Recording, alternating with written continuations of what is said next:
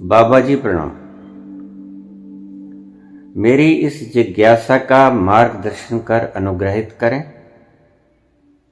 क्या व्यक्ति की फ्री विल होती है या व्यक्ति डेस्टिनी के अनुसार ही कर्म करता है? क्योंकि गुरबाणी में कहा है, आपे खेले खेल खिलाड़ी, आपे खेलना हारा हो। ना कोई मूर्ख ना कोई सियाणा।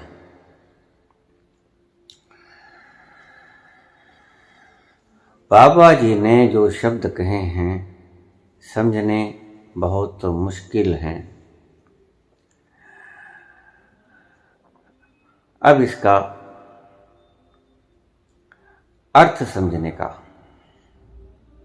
कष्ट करें। पूछा है कि क्या व्यक्ति की फ्री विल होती है?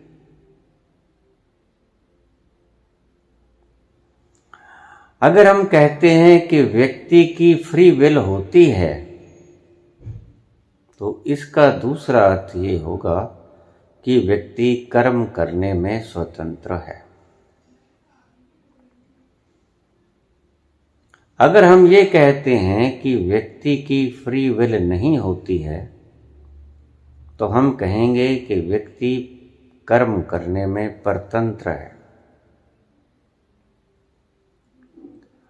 तो पूछा है कि क्या डेस्टिनी के अनुसार व्यक्ति अपना जीवन जीता है या वह अपने कर्म खुद करता है? बाबा नानक ने दोनों ही बातें अपनी जपजी में कही हैं। क्या कहा है बाबा जी ने? बाबा जी ने कहा है,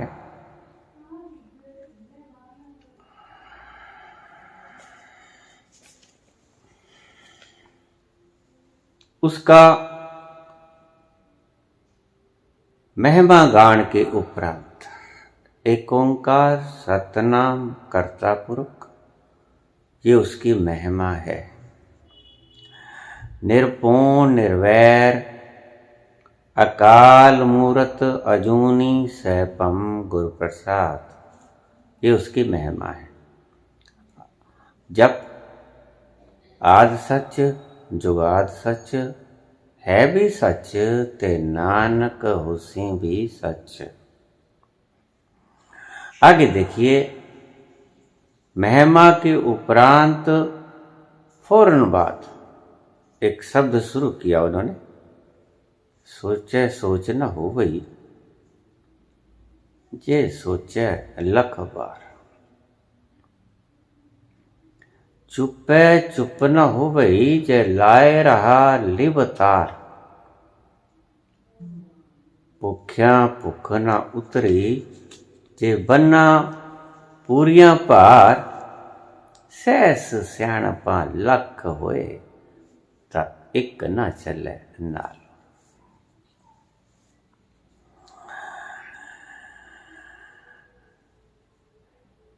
कि वह सचियारा हुई है, कि वह कूड़े टुट्टे पार। ध्यान से समझना बात को। कि वह सचियारा हुई है, कि वह कूड़े टुट्टे पार। हुक्म रजाई चलना, नानक लिखिया नाल। एक बार इन शब्दों को फिर से सुन लीजिएगा ताकि आपके अंतस में ये शब्द प्रवेश कर जाए।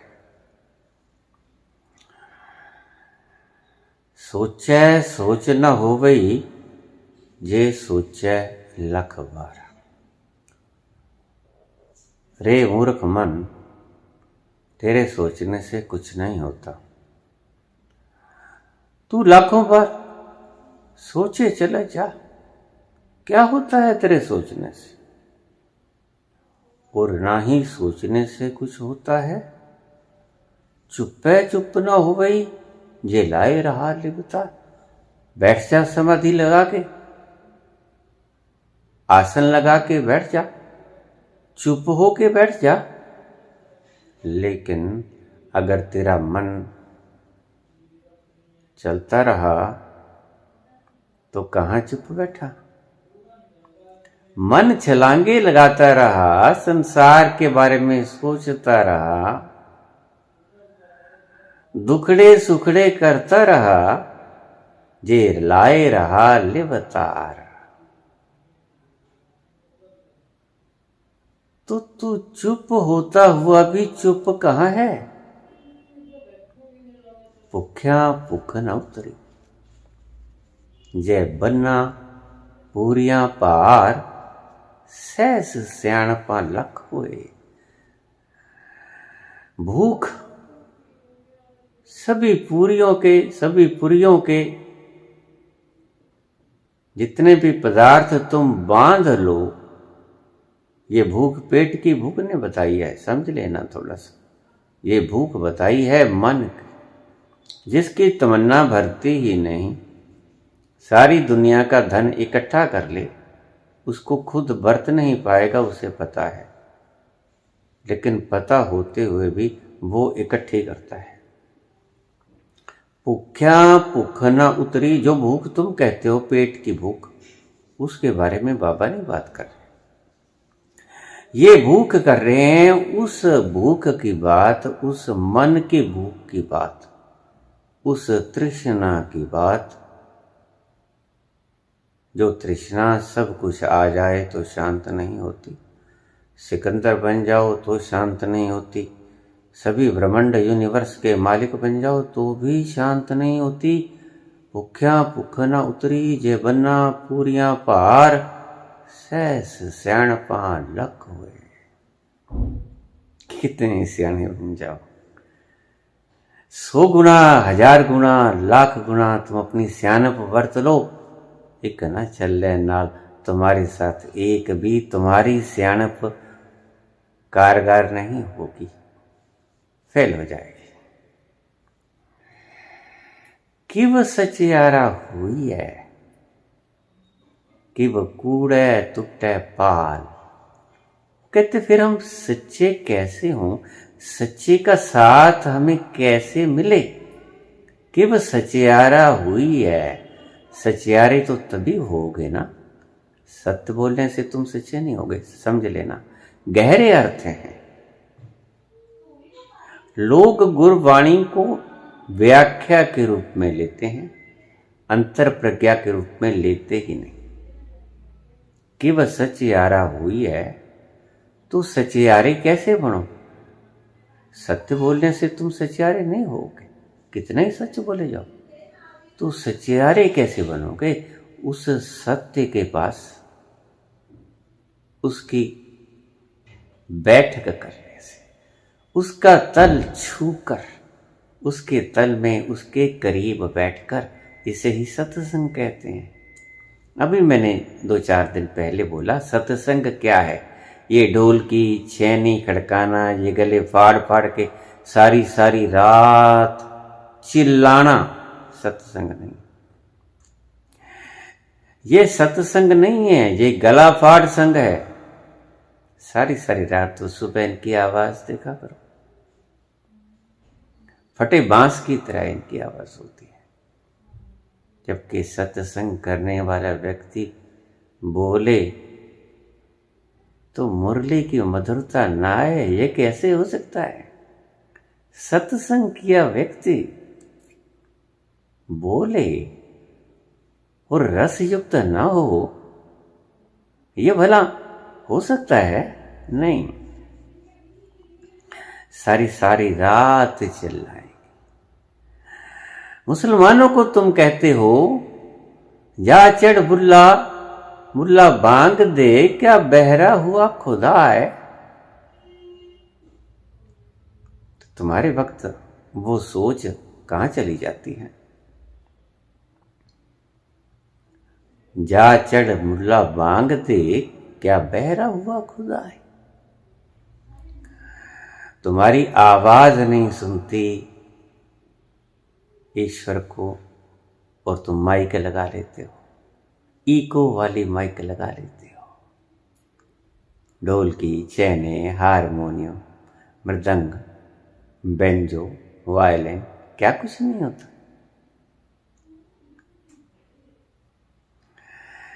कि वह सचियारा हुई है। सच्चे कैसे बने? सच बोल के नहीं,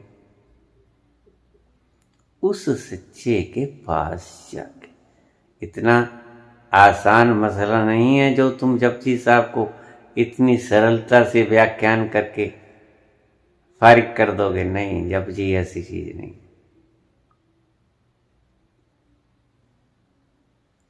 उस सच के कहना आद सच, जुगाद सच, है भी सच, नानक होसी भी सच। उसी सच की बात करते हैं कि तुम सचियारे कैसे हो। जो आद में सच, जुगाद में सच, है भी सच, होसी भी सच, कि वो सचियारा हुई है। सचियारे के पास बैठ के उसका सानिध्य प्राप्त करके। कि वो कूड़े टुटे पार, हुक्म रजाई चलना,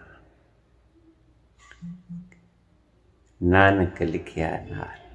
कि वो कूड़े टुटे पार, इस अहंकार की अकड़ गर्दन कैसे मरोड़ी जाए। हुक्म रजाई चलना, मन कहेगा नहीं ऐसा कर लो। मन की आदत है, मन अपने अनुभव से चलता है, लेकिन उसके ईश्वर की रजा का कुछ पता नहीं होता। मन अपनी मन मर्जी के हिसाब से चलता है, ईश्वर की मर्जी क्या है ये नहीं पता होता उसे। तभी बाबा कहते हैं कि तुम्हारे सोचने से कुछ नहीं होगा, तुम्हारे चुप रहने से कुछ नहीं होगा। ब्रह्मांड के पदार्थ इकट्ठे कर लो तो तुम्हारी भूख नहीं मिटेगी, तुम्हारे अहंकार की अकड़ नहीं टूटेगी। कि वह सचियारा हुई है, कि वह कूड़े टुटे पार, हुक्म रजाई चलना। एक शब्द बड़ा प्यारा कहा है, हुक्म। हुक्म, हुक्म रजाई, उसकी रजा के, उसके हुक्म की रजा में। जब तक तुम ये नहीं कहते राजी है हम उसी में जिसमें तेरी रजा है, राजी है हम उसी में जिसमें तेरी रजा है, अपनी तो यूं भी वाह वाह है और यूं भी वाह वाह है। हुक्म रजाई चलना, नानक लिखिया नाल। जब तक तू उसके हुक्म में नहीं चलते, उसकी रजा के साथ अपनी रजा नहीं बढ़ाते, तब तक तुम सचियारे नहीं होगे, तुम उस सच का सानिध्य प्राप्त नहीं कर सकोगे। सचियारे का अर्थ क्या है? सचियारे का अर्थ है वो आनंद जो उस सच्चे के पास है। कि वो सचियारा हुई है, कि वो कूड़े टुटे पार, हुक्म रजाई चलना, नानक लिखिया नाल।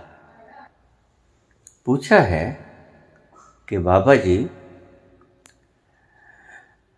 डेस्टिनी समझ के हम कर्म करें या हम स्वतंत्र हैं कर्म करने के लिए?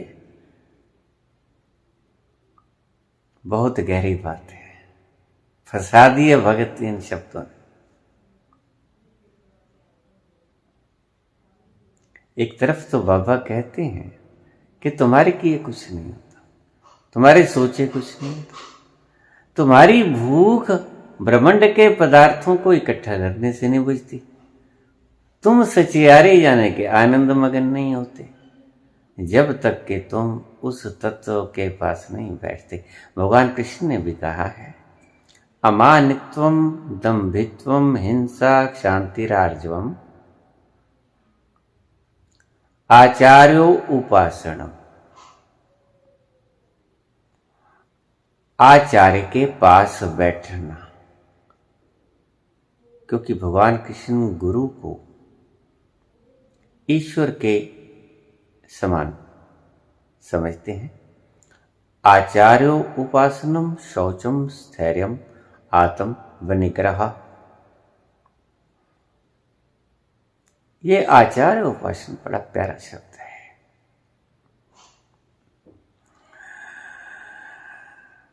रामकृष्ण परमहंस मौन बैठे थे एकांत में कुछ दिनों के लिए। अपने ही एक कमरे में आराम से बैठ जाते। जब माई आती तो जी करता तो पूजा कर लेता, ना जी करता तो नहीं पूजा करता। और फिर पूजा चलती तो कई कई दिन तक चलती, और ना चलती तो माता खड़ी रहती, बैठी रहती, वो मौज से लेटे रहते। ऐसा भी हुआ है। माई आ जाती,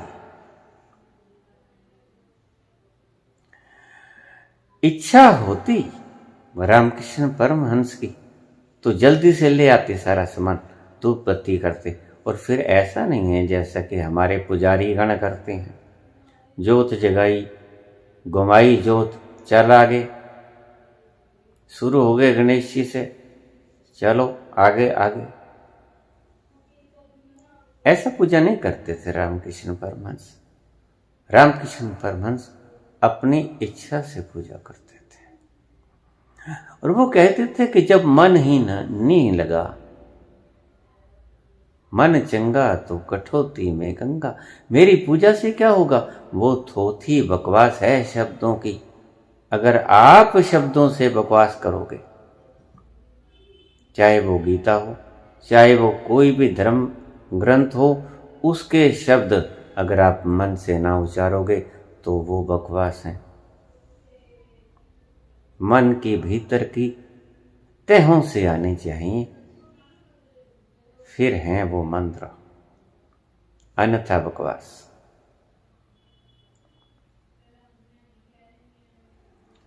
बैठ गए थे भीतर मौन होके कमरे में, मस्ती में बैठे। कई दिन बीत गए, कोई पूजा नहीं, कोई जोत नहीं, कोई अगरबत्ती नहीं, कोई आरती नहीं, कोई भोग नहीं। कई दिन हो गए तो एक सेठ आए। उस क्षेत्र के एक बहुत बड़े सेठ आए।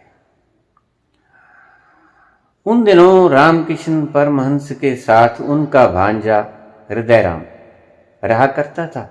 हृदयराम कुछ पैसों की तरफ से लालची व्यक्ति था, कुछ शब्द नहीं, काफी लालची व्यक्ति था। पैसों को ही वो सब कुछ समझता था, धन दौलत ही उसकी जान थी। तो जब सेठ व्यक्ति ने देखा कि रामकृष्ण भीतर बैठे हैं, सप्ताह भर हो गया, तो संत अगर एक दिन भी समाधि में बैठ जाए और आप उसका दर्शन कर लो। आपको एक मजे की बात बताऊं, समाधि के उपरांत बाबा नानक जब बाहर आए, बिल्कुल तरोताजा, जब आते ही उन्होंने पहला शब्द कहा, एक ओंकार।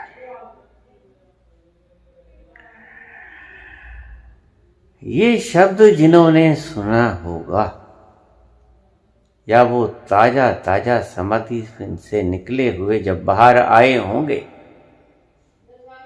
और वो शब्द जिन्होंने सुना होगा, और वो चेहरा जिन्होंने निहारा होगा, निश्चित रूप से वो सिद्ध हो गए होंगे। क्यों? क्योंकि समाधि के भीतर से जब व्यक्ति बाहर आया हो तो उसके भीतर इतनी जबरदस्त फ्रिक्वेंसी की रेंजेस होती हैं शुद्ध, कि वह जब भीतर रम गई हृदय में तो उस व्यक्ति को, शब्द थोड़े गहरे बरत रहा हूँ, उस व्यक्ति को संबोधि मिलती ही मिलती है। हमारी पुरानी परंपराओं में ज्ञानी जनों को यह बात पता था कि अगर कोई व्यक्ति एकांत से बाहर आया है, उससे बड़ा एकांत और क्या होगा। समाधि में तो सिर्फ एक मालिक ही होता है, उससे ज्यादा एकांत और क्या होगा। और उस एकांत में से तुम बाहर आए हो, बिल्कुल अकेलेपन से बाहर आए हो।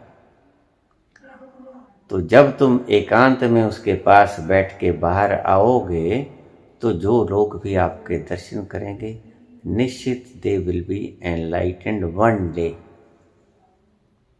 ये पक्की बात है। और ये हमारी हिंदू परंपरा में, सनातन परंपरा में गहन से गहनतम तरों में ये बात रम गई है।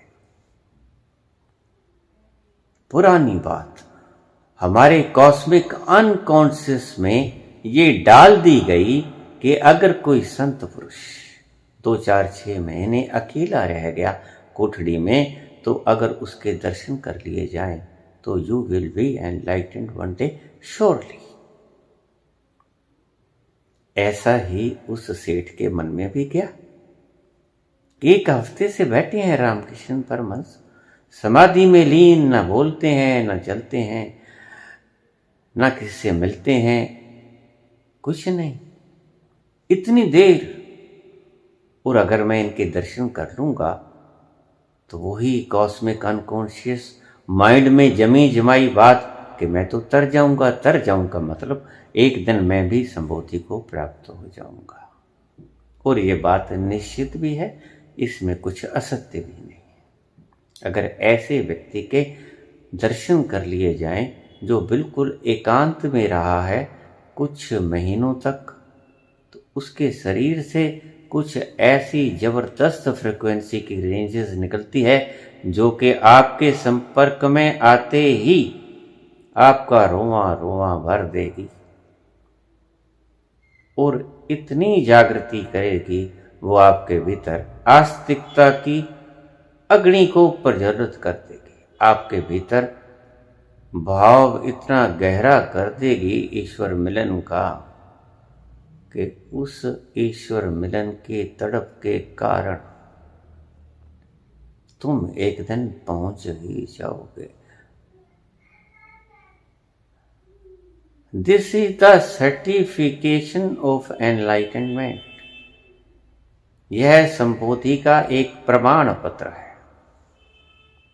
अगर ऐसे व्यक्ति का आप दर्शन कर लोगे तो उसमें जो प्रज्ञा उठेगी आपके भीतर से, जो आपके भीतर से प्राण गुंजायमान होंगे और उसके विरह का संगीत जागेगा भीतर से, तो ऐसा शांत होने को नहीं है। वो आपका भीतर शांत होके ही दम लेगा। ऐसी अग्नि जलाएंगे विरह की वो तुम्हारे भीतर, उस व्यक्ति का अस्तित्व देखना, उसे निहारना, उसे और उनके शरीर के रोए रोए से अज्ञात जो रेंजेस प्रकाश निकलता है, उसको जब आपका मन मस्तिष्क पी जाएगा और उनका शरीर से रोए रोए से निकली हुई जो रेंज आपका शरीर और आपका अवचेतन मन पी जाएगा, आपको पता ही नहीं होगा कि वो आपको कितना सहायता करेगा अपने आप तक पहुंचने के लिए। गहरे शब्द हैं, ध्यान से सुनेंगे तो समझ में आ जाएगा। अगर एक बार में इन वीडियोस का तत्व आपके ध्यान में ना आए तो दूसरी बार सुन लेना। मुझे रोज फोन आते हैं, कोई कहता है मैंने 50 बार सुना, लेकिन थोड़ा अभी पूरी समझ नहीं आई, अभी मैं और सुन रहा हूं। उसी वीडियोस को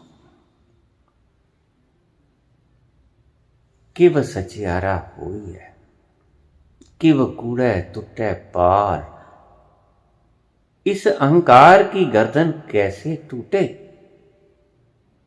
हुक्म रजाई चलना जो तुत पावे, नानक लिखया नाल।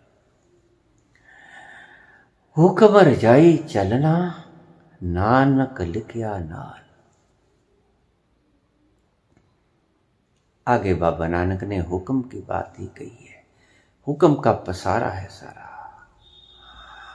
हुक्मी होवण आकार हुक्म न कया जाए, सब हुक्म के ऊपर बुला।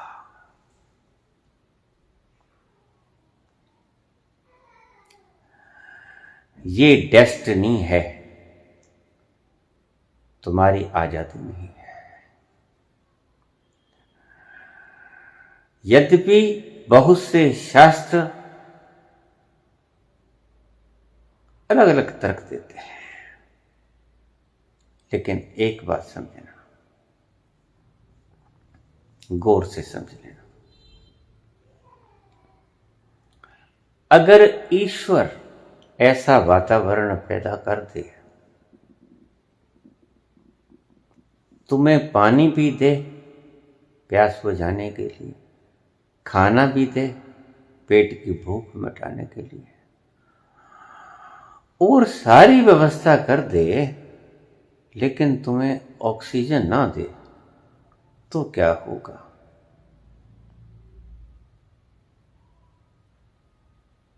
व्यक्ति मर जाएगा। किसने मारा? जिम्मेवार कौन? जिसने ऑक्सीजन नहीं दी। तो किसने ऑक्सीजन नहीं दी? ईश्वर ने। तो ईश्वर ने अगर ऑक्सीजन नहीं दी, तो अप्रत्यक्ष रूप से उसके मरने का जिम्मेवार कौन? ईश्वर। धारा किस पे लगनी चाहिए? ईश्वर पर। अगर कोई व्यक्ति किसी का नाम लेके आत्महत्या कर लेता है, तो कानून किसे पकड़ता है? जो गुनहगार है। और जिसने आपको ऑक्सीजन नहीं दी, ईश्वर ने, वो गुनहगार हुआ कि नहीं हुआ? हुआ।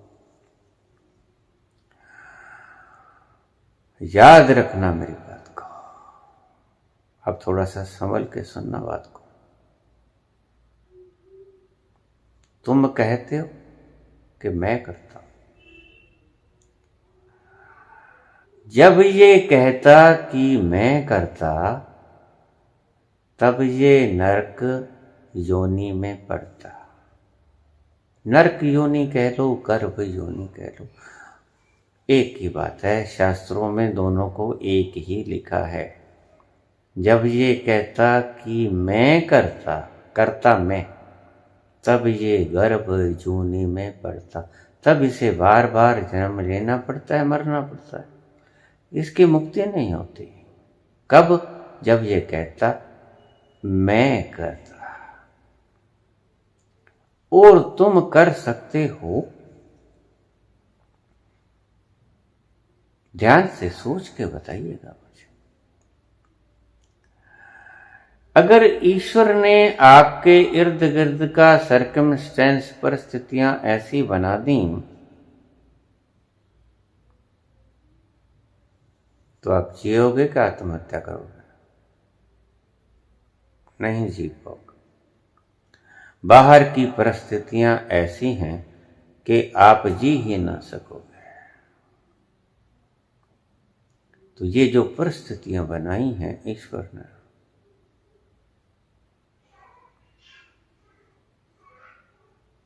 इनमें तुम जो कुछ करोगे, ईश्वर के दिए हुए संसाधनों को वर्त कर करोगे या एक्स्ट्रा कहीं से संसाधन लेके आओगे? दूसरा तो कोई है नहीं।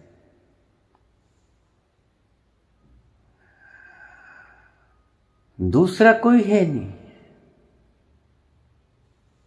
इस्लाम कहता है शैतान, कोई शैतान नहीं।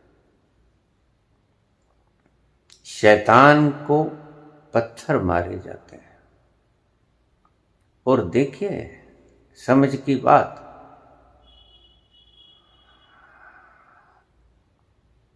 हज करने गए शैतान को पत्थर मारते मारते शैतान तो होता नहीं।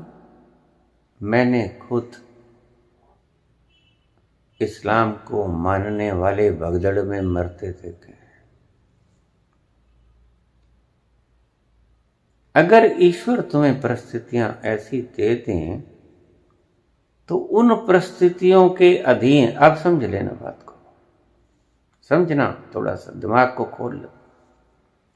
उन दी गई परिस्थितियों के अनुसार तुम काम कर पाओगे या उन दी गई परिस्थितियों को लांघ कर आप कर्म कर पाओगे। ईश्वर की दी गई परिस्थितियों को लांघ कर तुम कभी कर्म नहीं कर सकते।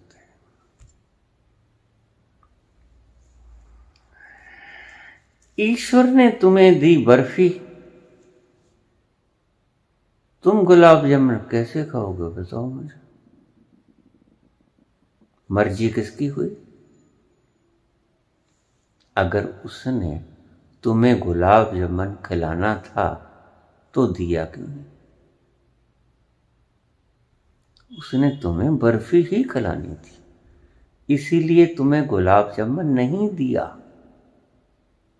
तो फिर किया किसने? तुमने। तुम्हारी तो मजबूरी है।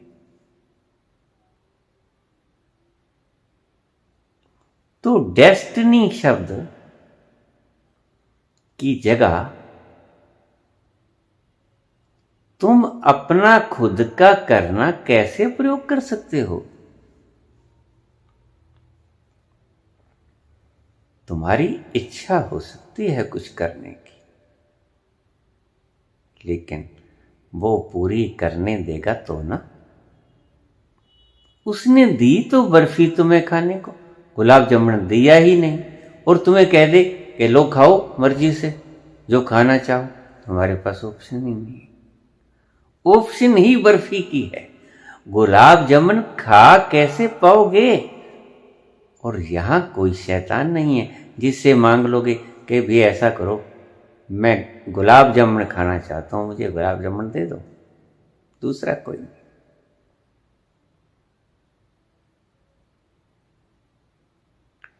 एक ही ईश्वर है, दूसरा कोई नहीं।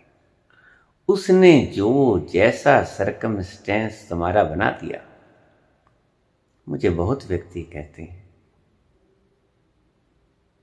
कि हम तो मजबूर होते हैं,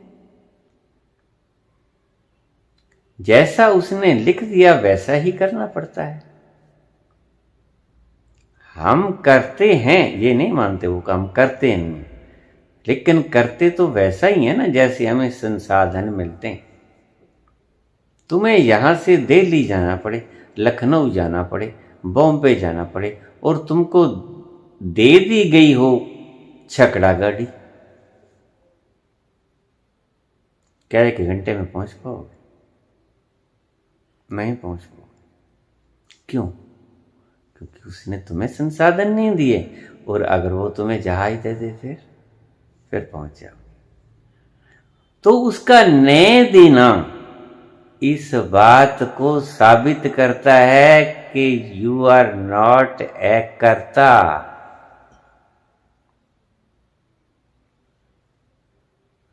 तुम उसके हाथ की कठपुतली हो। जब वो तुम्हें एरोप्लेन देगा ही नहीं, कैसे सफर तय कर पाओगे घंटे में? दिस इज योर कंपल्शन, ये तुम्हारी मजबूरी है। तुम कौन होते हो? मैं करते रहोगे, लेकिन जब उसने साधन ही नहीं दिए। बहुत से लोगों का मन करता है। आज ही एक मेरे पास कमेंट आया बाबा जी, मैं ब्रह्मांड की सैर करना चाहता हूं। मैंने कहा, भाई तू करना तो चाहता है, लेकिन ब्रह्मांड की सैर करने के लिए तुम जानते हो, पहले तारे तक पहुंचने के लिए विद्युत की गति का अगर रॉकेट बना लिया जाए 1,86,000 माइल्स पर सेकंड, जो कि करीब करीब आज की घड़ी तो असंभव ही जान पड़ता है। 1,86,000 मील एक सेकंड में, और ऐसे सेकंड हो जाता है चुटकी से, चुटकी मारी और 1,86,000 मील पहुंच गए। ऐसा कौन सा रॉकेट बनेगा भाई? तुम सैर तो करना चाहते हो, इच्छा तो बहुत बढ़िया है, लेकिन वो करने देगा तभी करोगे ना। तुम जो कर्म कहते हो कि हम डेस्टिनी के अनुसार काम करते हैं या कि स्वतंत्र हैं, मैं कहता हूं कि तुम्हें डेस्टिनी के अनुसार काम करना पड़ता है कि उससे अलग होके तुम कुछ कर सकते हो। इस बात का जवाब दो मुझे। क्या तुम उसके दी हुई चीजों का उपयोग जितनी कैपेसिटी है किसी में, उससे अलावा भी कर सकते हो? नहीं कर सकते। अगर तुम ब्रह्मांड की सैर करना चाहते हो तो आपकी इच्छा तो पूरी हो जाएगी, लेकिन एरोप्लेन के जरिए नहीं होगी, रॉकेट के जरिए नहीं होगी। वो सूत्र कुछ और हैं, और फिर भी आप ब्रह्मांड तो न छान पाओगे। मेथड है,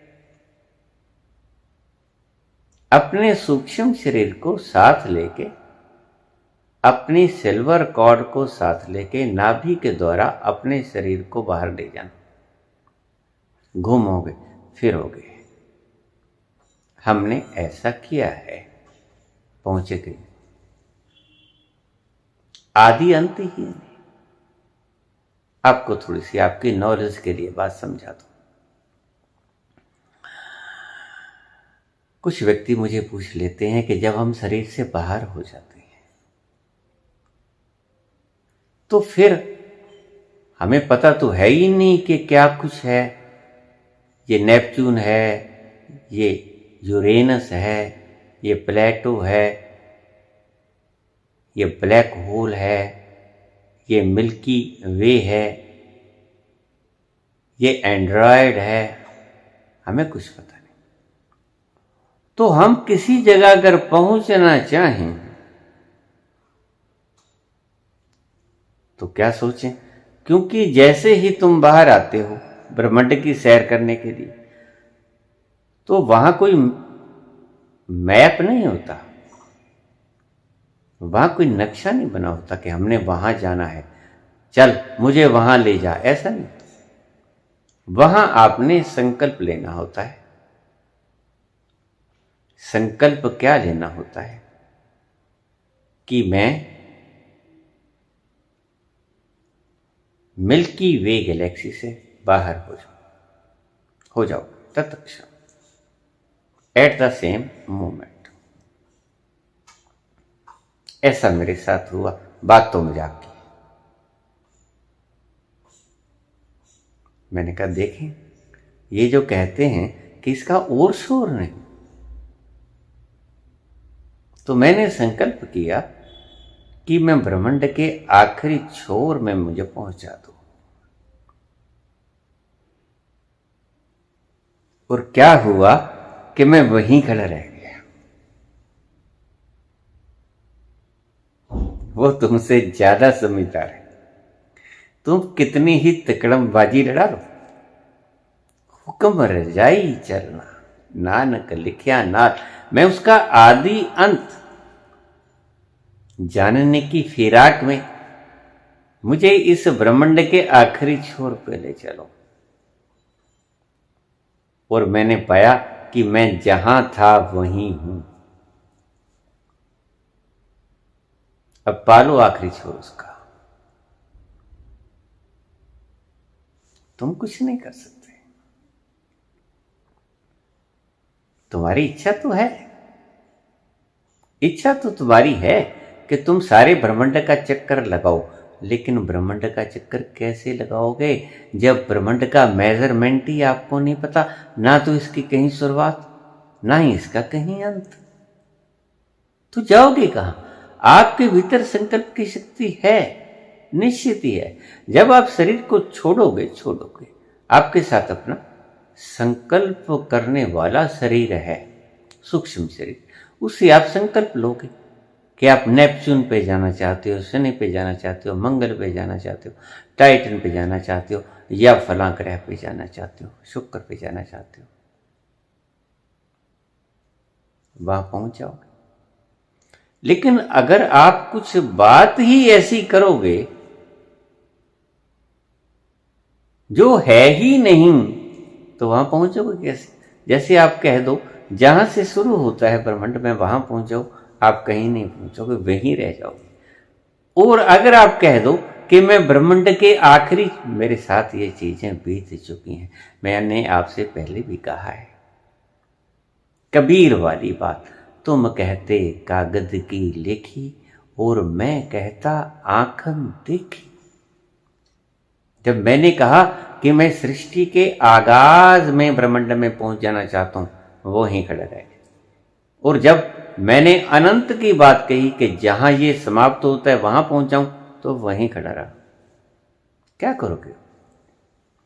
तुम क्या कर सकते हो? तो पूछा है कि हमें डेस्टिनी के अनुसार चलना चाहिए या हम इंडिपेंडेंट हैं।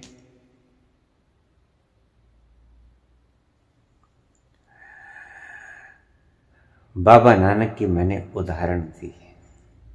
क्यों? क्योंकि बाबा नानक के विचार और उनकी दृष्टि, उनका अनुभव मेरे अनुभव के साथ एकाकार होता है। वो ही अनुभव जो बाबा को हुआ, वो ही अनुभव मुझे हुआ। इसलिए मैं तुमसे कहता हूं, तुम्हारी कोई पेश नहीं चलती। You cannot do anything even if you want to do that। तुम अगर कुछ करना भी चाहते हो और उसकी इच्छा नहीं है, तुम नहीं कर सकते।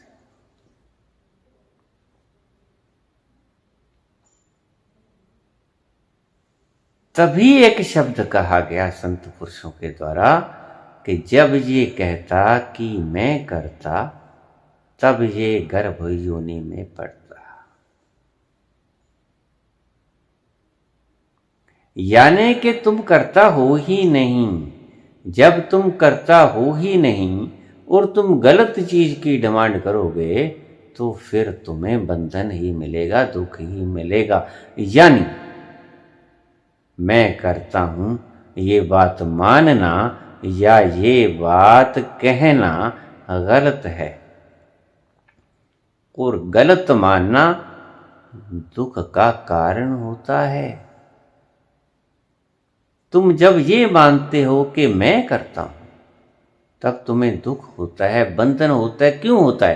क्योंकि वो गलत है, वो ठीक है ही नहीं। जब तुम कहते हो कि मैं कुछ नहीं करता, तब तुम्हें कोई बंधन नहीं होता, तब तुम्हें गर्भ योनि में नहीं पड़ना होता। क्यों? क्योंकि ये सच है। तुम कुछ नहीं कर सकते हो। हालांकि मैं जानता हूं तुम मुझे करोड़ों बातें गिना दोगे कि ये इंसान ने की, लेकिन तुम्हारे प्रश्न करने से पहले मेरे मन में यही प्रश्न आया करते थे। टूट गए एक दिन। व्यक्ति कुछ नहीं कर सकता। व्यक्ति की इच्छा जो कुछ करने की है, अगर वो नहीं चाहता तो पूरी नहीं होगी।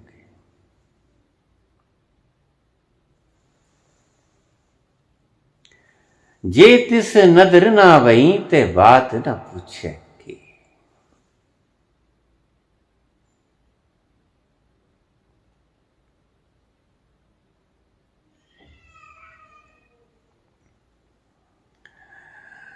कीटा अंदर कीट कर दोखी दोख तरे, नानक निर्गुण गुण करे, गुणवंत्या दुख गुणवंत्या गुण दे। नानक निर्गुण गुण करे, गुणवंत्या गुण दे। तेहा कोई न सूझई, जे तिस गुण कोई करे। ऐसा कोई दिखाई नहीं पड़ता जो उसके ऊपर किसी तरह का कोई उपकार कर दे।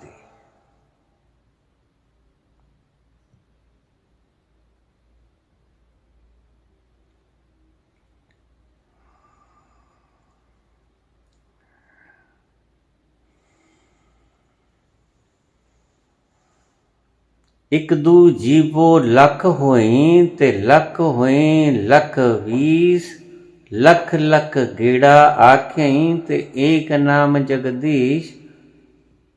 एत राहा पति पवड़िया,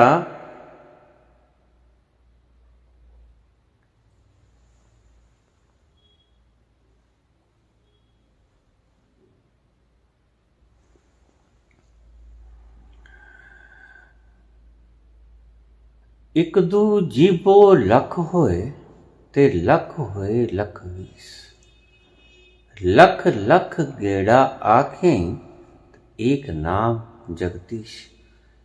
एत राह पति पवड़िया, चढ़िए होई 21, सुन गल्ला दरबार की। कीटा आई रीस, नानक नदरी पाई। कूड़ी कूड़े ठीस, नानक नदरी पाई।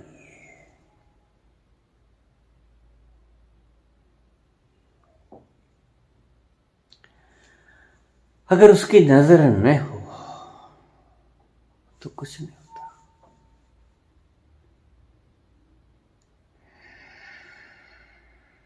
सच्चा साहब जे नदर करे, एक शब्द सुन लेना। गुरबाणी में बहुत से शब्द आपको मिलेंगे जिनके आगे जे लिखा होगा। जे, वो जे के अंदर सारा कुछ सीक्रेट छुपा हुआ रहस्य इस जे शब्द के अंदर है। सच्चा साहब जे नदर करे, ता कागो हंस करे। कौवे को वो हंस बना देता है। क्यों? कब? जे नदर करे। नानक नदरी पाइए, कूड़ी कूड़े ठीस। उसकी नदर के बिना, उसकी इच्छा के बिना कुछ नहीं होता।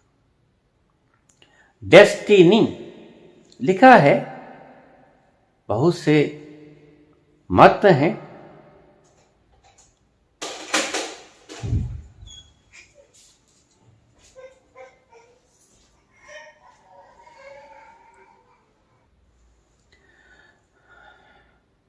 बड़ी विचारधाराएं आपस में लड़ती हैं।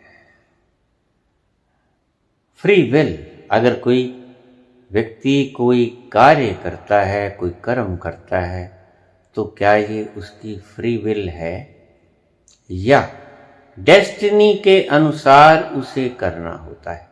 तुम्हारी फ्री विल कुछ भी नहीं है। तुम्हारी फ्री विल कैसे होगी जब तुम्हें सर्कमस्टेंस कंजस्टेड माहौल का दिया जाएगा? बताओ मुझे।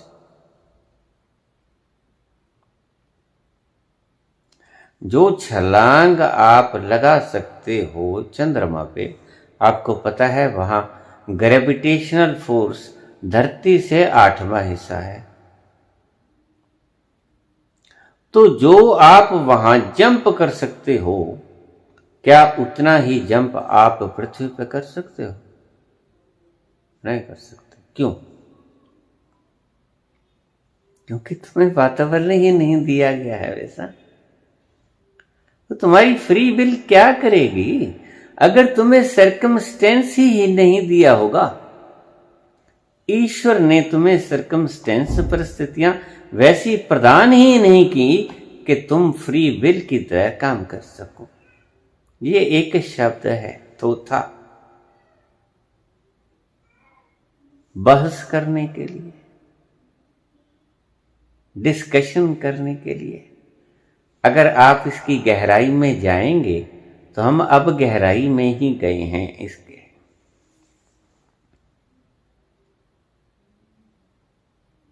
वो कर सकता है।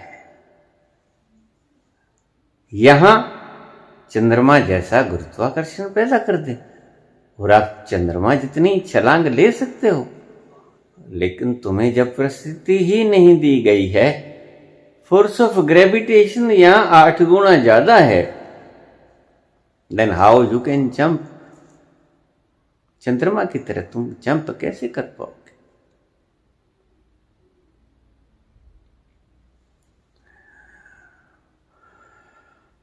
फ्री विल नाम की कोई चीज नहीं। फ्री विल तो एक ही सत्ता की है।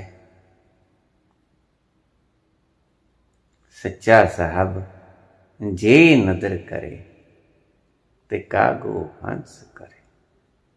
कर वो सब कुछ सकता है, बाहर उसके कुछ भी नहीं।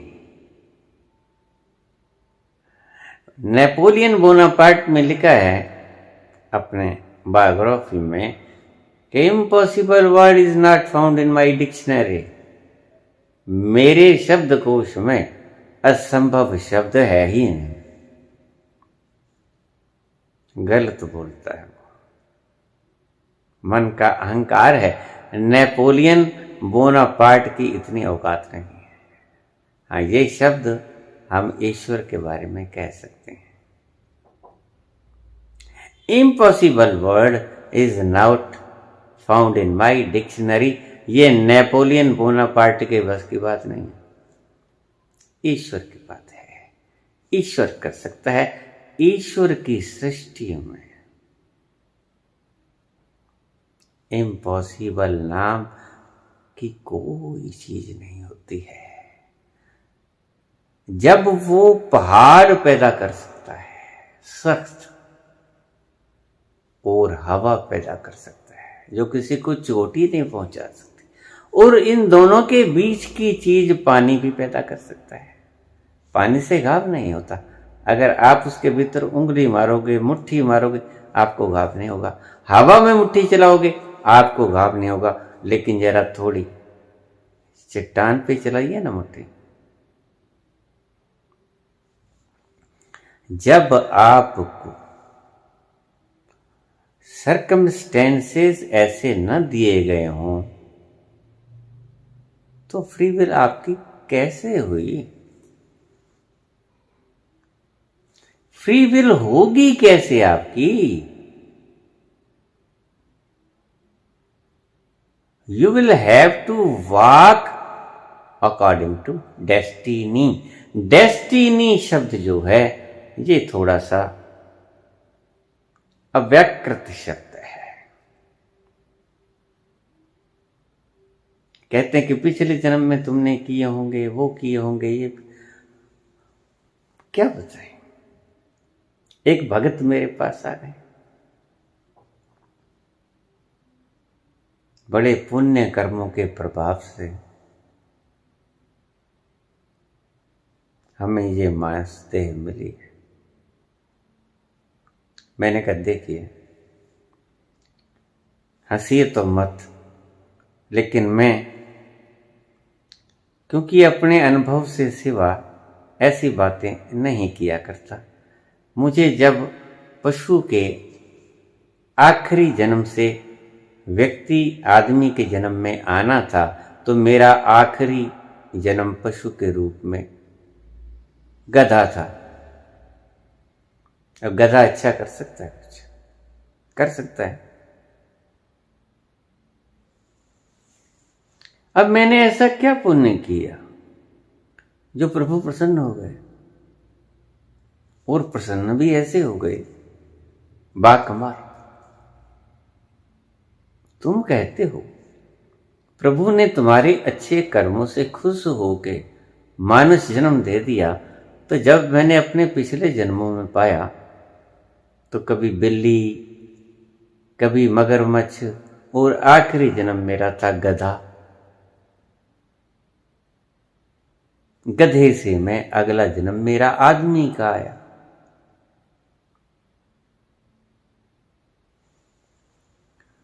तो जरा सोच के बताओ, गधा पुण्य क्या कर सकता है भला? ऐसा क्या पुण्य कर सकता है गधा जिससे प्रभु प्रसन्न हो जाएं और गधे से मानव योनि देते हैं? तुम्हारे तर्क सभी टूट जाते हैं। तुम्हारा कोई भी तर्क शब्दों का होता है, और शब्द क्योंकि दो धारी तलवार है, अगर शब्द ना काटेंगे तो अनुभव तो शब्द को काट ही देगा।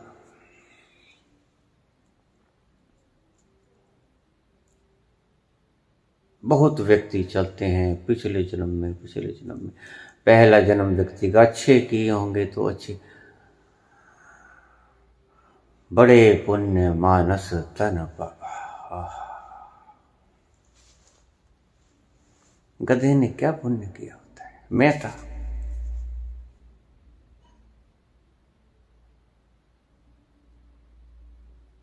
भला कोई पुण्य कर सकता है? किस बात से खुश होके उसने मुझे मानव बना दिया, बताओगे?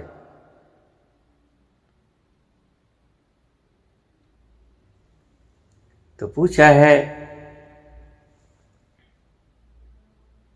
चंडीगढ़ यूनिवर्सिटी के MSc PhD हैं,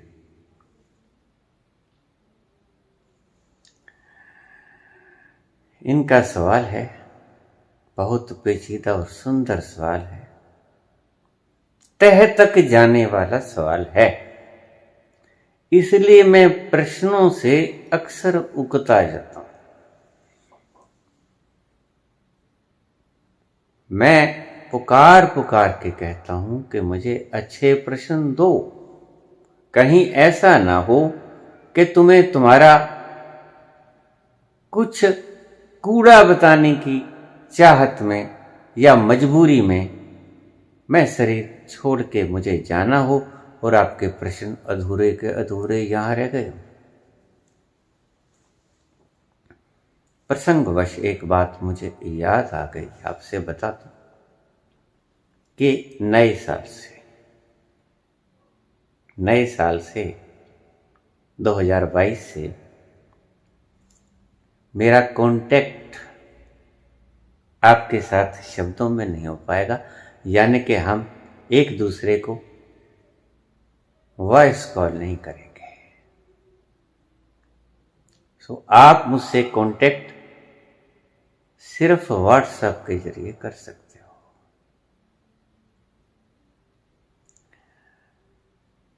आप मुझे कृपया, कुछ विधान में ही ऐसा आ रहा था जिसके कारण मुझे ऐसा कुछ करना पड़ा, क्योंकि उससे ही मेरा सारा ये डमडमा चलता था उसी ढंग से। ऐसे ही ठीक आएगा, और 1 तारीख से आप मुझे फ़ोन नहीं कर पाओगे। हाँ, अगर कोई प्रश्न पूछना है वो 1 तारीख तक आप मेरे व्हाट्सएप पे डाल दो। उसके बाद अगर बहुत ज़रूरी प्रश्न हो, देखिए ऐसे प्रश्न तो मुझसे मत पूछिए जैसे आप पूछ रहे हो। मैं कहूँगा नहीं आपसे, लेकिन आप समझ जाओगे कि आप कैसे कैसे प्रश्न मुझसे पूछ रहे हो। और वैसे भी पुराने जन्मों का मैं गधा हूँ, इतना दिमाग दुमुक नहीं है मेरे में, तो मेरी औकात के हिसाब से आप मुझे प्रश्न भी पूछा करो।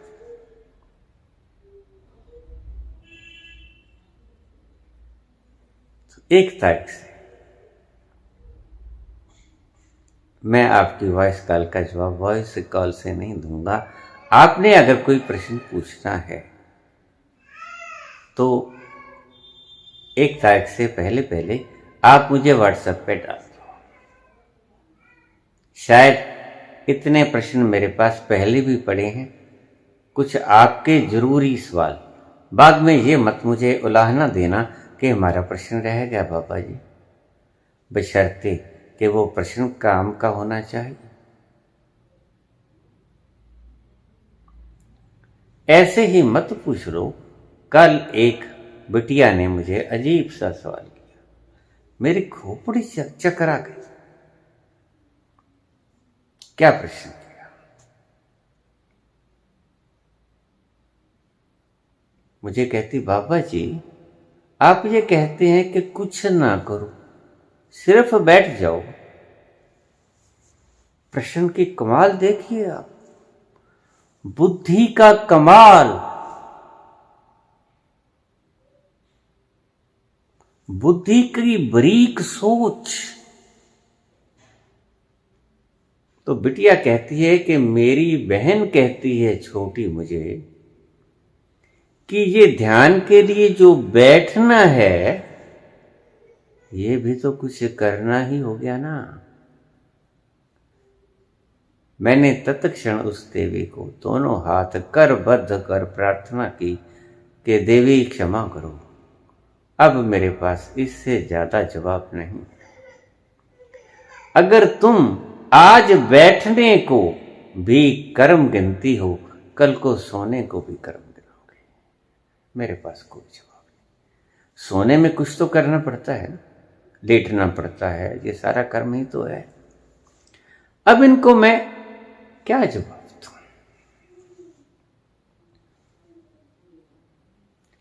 खोपड़ी ने कैसी चाल चली, मरने से डरता है अहंकार और मरने की बड़ी बारीक तजवीजें निकाल लेता है।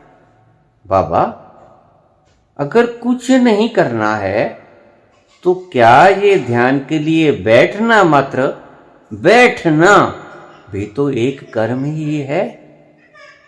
वाह, मेरे पास सुधि बुद्धि गायब। मैं खुद कृष्ण जी के प्रेम में बेसुध हो गया। क्या बताऊं?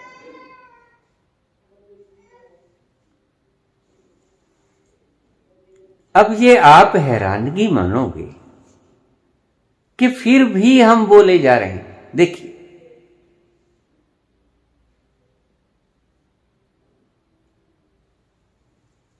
क्या काबिल हूं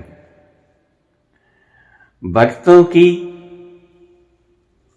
इतने बारीक दिमागों की बात आप हंस हंस के पागल हो जाओ। ऐसे ऐसे शब्द तार्किक रूप में मेरे पास आते हैं, जवाब तो मैं दे सकता हूं, लेकिन मुझे पता है कि तर्क दोधारी तलवार होती है, कोई फायदा नहीं होगा। फिर मैंने उसे लताड़ भी लगाई।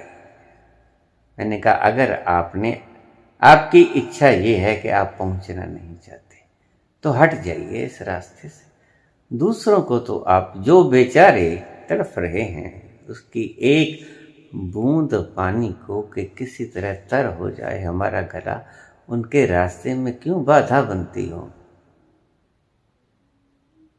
तुम क्षमा उन्हें करो, मुझे तो कोई बात नहीं, मैं तो जैसा हूं। उनका क्या होगा बेचारों का, जो चाहते हैं कि जो हमने समुद्र पिया उसकी एक बूंद मिल जाए। देखिए उनकी हालत, आपको तरस नहीं आता उनकी हालत पे? ऐसे प्रश्न मत किया करें। अभी आपके पास कुछ दिन हैं, आप मुझे प्रश्न कर सकते हो, लेकिन 1 तारीख से आप मुझे प्रश्न नहीं कर पाओगे। जितने प्रश्न मेरे पास आएंगे इतने तो हो ही जाएंगे कि मैं आपको साल भर उन प्रश्नों के जवाब देता रहूं, क्योंकि मेरे पास बहुत आयत है प्रश्नों की। आपके ही जो जायज प्रश्न हैं मैं उनमें से ढूंढ लूंगा, कोई बात नहीं। लेकिन आपसे वॉइस कांटेक्ट नहीं हो सकेगा। आपको मेरे प्रवचन अवश्य सुनेंगे। अगर कभी ना आई तो पुरानी वीडियोस अभी तुमने सुनी नहीं। मैं आपको और बात बताता हूं, मुझे लोगों ने ही बताया है, मैं तो भूल जाता हूं। कहते हैं कि आपके प्रवचन अगर एक बार सुने और जब दूसरी बार सुने तो वो लगता नहीं कि पुराना प्रवचन हमने सुन लिया है, उसमें चीजें कुछ और निकल आती। तीसरी बार सुने तो कोई और ही चीज निकल आती है, चौथी बार सुने तो कुछ और ही निकल आता है।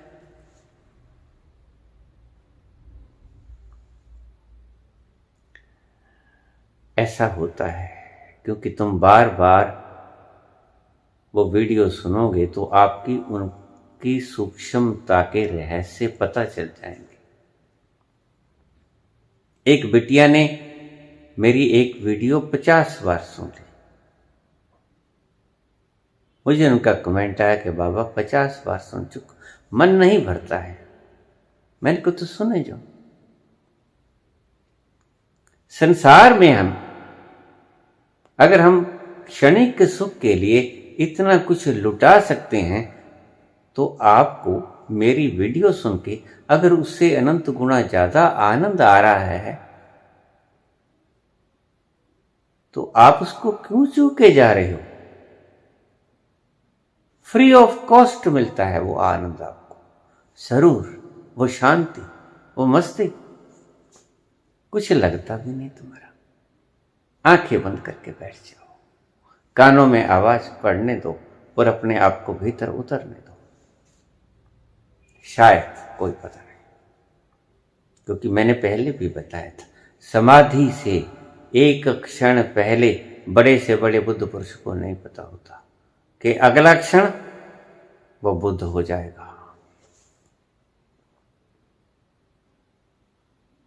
बुद्ध सुबह उठे, भोर का तारा देखा, ज्ञान हो गया। महावीर अभी बैठनों के थे, गोदोहासन में पहुंचे थे, ज्ञान हो गया। कबीर चिदरिया बोल रहे थे,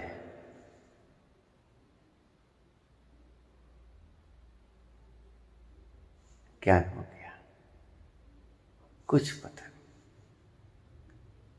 बाबा नानक स्नान करने गए थे, घट गई को घटना, कोई पता नहीं।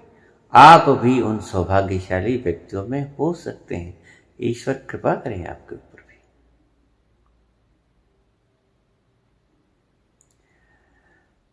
ईश्वर ही करता है। आप पे खेल ले, खेल खिलाड़ी, खिलावनहार भी वो है, कहने के ढंग है। अब पे खेलनहारा हूं।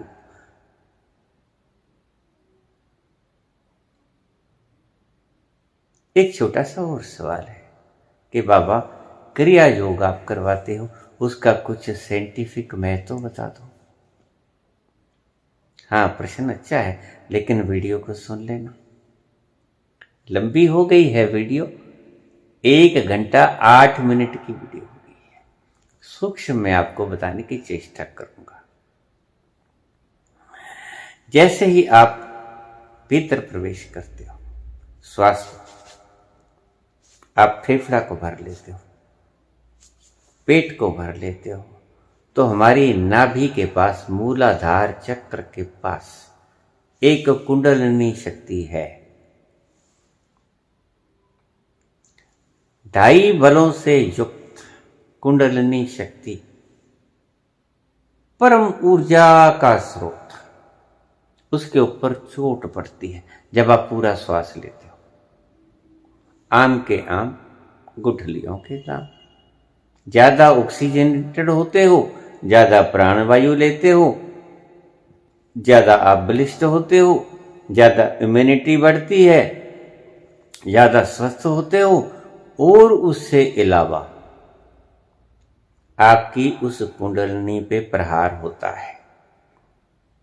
ईश्वर करे ये क्रिया करते करते आपकी वो कुंडलिनी का बल खुल जाए तो उसमें से अथाह ऊर्जा निकलेगी।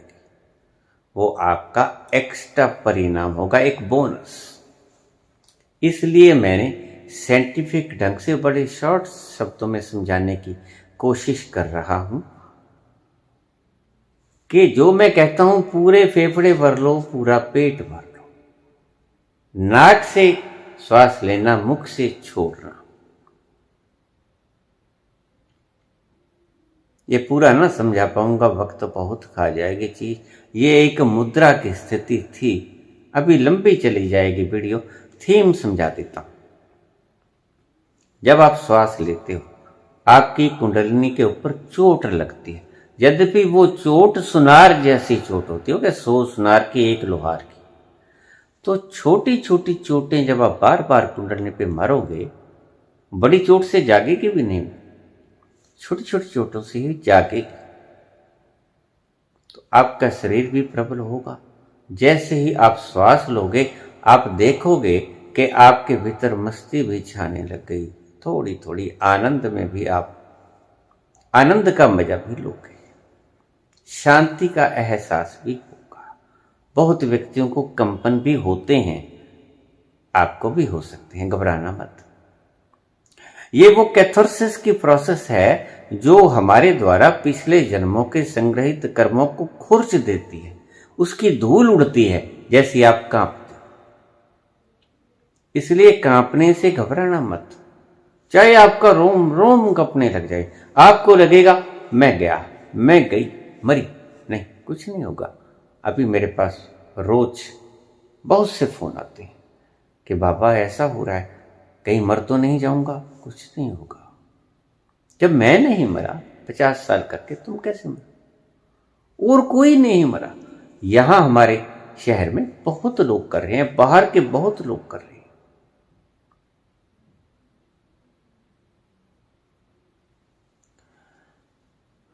मेरा भाई अमेरिका में डॉक्टर था।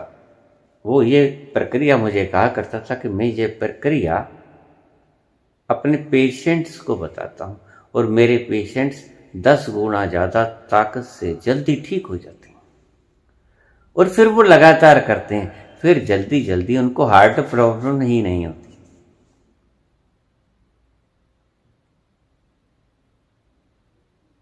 तो क्रिया योग में कुंडलिनी शक्ति पे प्रहार होता है, आपके दिमाग को सुकून मिलता है, आपको हल्का हल्का नशा आता है, सुरूर आता है। जिंदगी का कुछ मंतव्य तो हो, तुम जीते क्यों हो?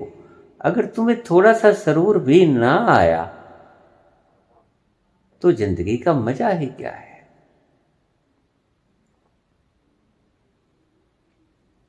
सभी काम आपके हल होते हैं। थोड़ा जिंदगी को सुरूर आ जाता है, आपको मन मस्तिष्क को थोड़ा आपके ऑक्सीजनेटेड माहौल रगों में हो जाता है। हीमोग्लोबिन ऑक्सीजन को ज़्यादा उठा के आपके अंगों को फेंकती हैं, वो ज़्यादा हिलजुल करते हैं, आपके मसल्स मजबूत होते हैं, आपका शरीर निरोग होता है, इम्यूनिटी शक्ति बढ़ती है। और सबसे ज़्यादा बड़ी वो बोनस के रूप में अगर घट जाए, अगर कुंडलिनी शक्ति जागृत हो गई तो ऊर्जा का भंडार है, बहुत कुछ बैठे बैठे। और फिर कुंडलिनी शक्ति अगर जागृत हो गई, वो उठेगी, तीसरे नेत्र पे पहुंच गई।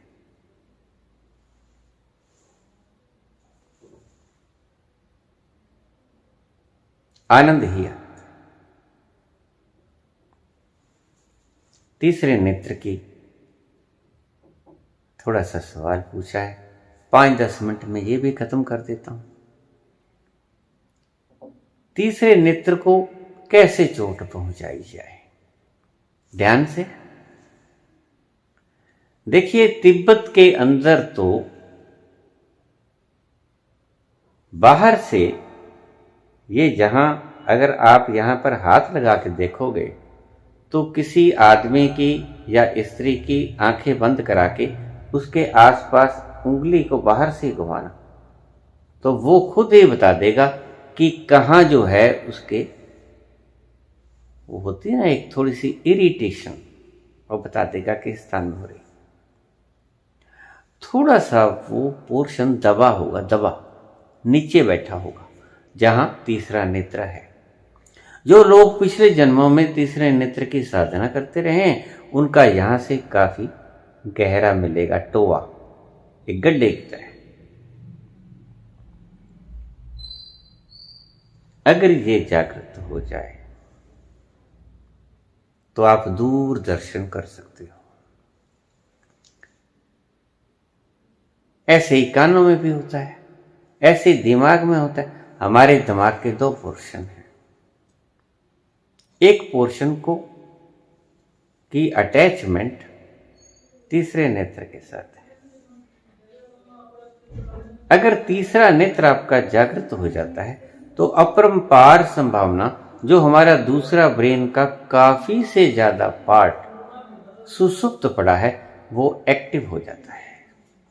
सो आपको कुछ ऐसी घटनाएं घट सकती हैं जो आप चाहो दूर से कोई बात सुनना, कोई चीज देखना, फिर ये नजदीक के तारे, चाहे आप 4 लाख साल में पहुंचोगे लेकिन यहां बैठे आप देख लोगे।